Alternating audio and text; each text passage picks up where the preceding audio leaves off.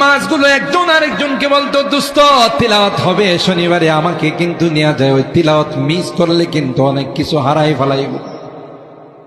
হযরতে দাউদ পয়গম্বর আসমানি কিতাব তিলাওয়াত করতে, আল্লাহর কসম ওনার তিলাওয়াত শুনে নদীর মাছগুলো লাফাইতে থাকতো, খুশি এবং আনন্দে মাতোয়ারা হয়ে যেত। সুবহানাল্লাহ।